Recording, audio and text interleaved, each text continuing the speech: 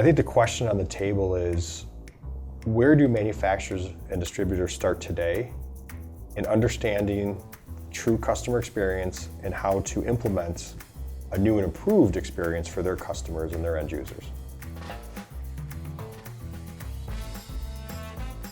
Great topic, Jay. I would start by understanding really what customer experience means, because I think that term means different things to different people. In some manufacturing circles, customer experience is perceived as the same thing as customer service, which is just a single department that's answering phones, helping distributors, helping end users, maybe in a technical manner. But I think by understanding what customer experience means in the modern term, it's probably more of the total customer experience. When you look at it across from a time a potential customer starts to, seek out a solution to a problem they're having, all the way to finding a product and a partner to help them fix that pain, all the way to purchasing it and then supporting it thereafter.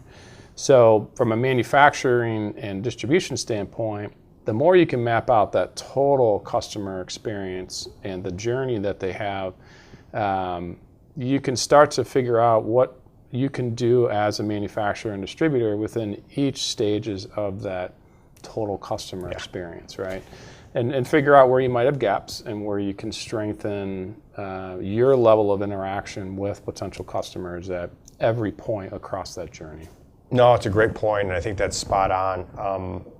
Often we think of customer experience as alignment. Yeah. That the experience you provide with your customer service group or your marketing group or your sales group and your operations, is that the unified experience you want that customer to have? Yeah.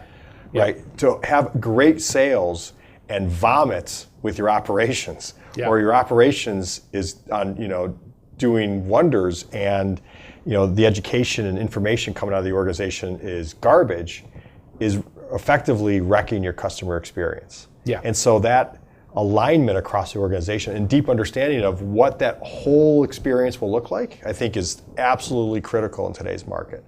The other thing I would say is balance. Yeah. Right? That is it a balanced approach? Does your marketing team come out and vomit everything out pre-sale, and then you never hear from them again, and they come out later, and your sales team shows up when the order is about to be written, and your operations team finally arrives when something's got to be shipped? Right? Like, hey, I'm here, I'm ready to party, let's go.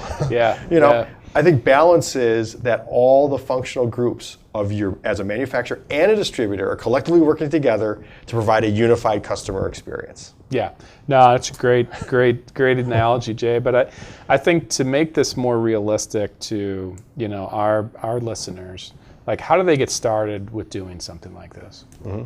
So it's a great question, right? Where do I start? I mean, you could go in a variety of areas. I do go back to the one, alignment. Yeah. Right?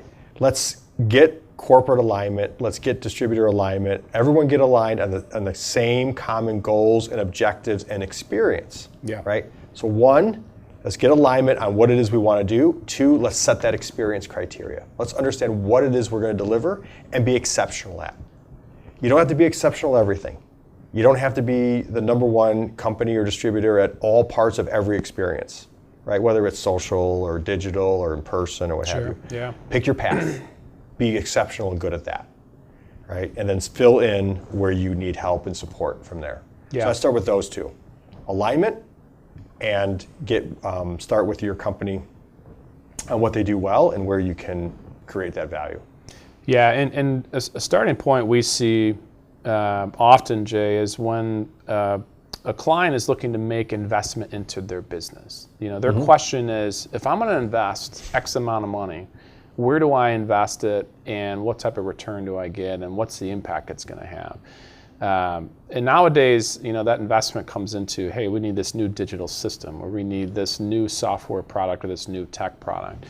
But just by having that tech doesn't mean that you're going to be improving the customer experience. So we tend to advise clients to say, okay, before you invest heavily into technology or these heavy investments, understand what problem you're trying to solve. Understand what areas of that customer journey you're trying to improve the experience for.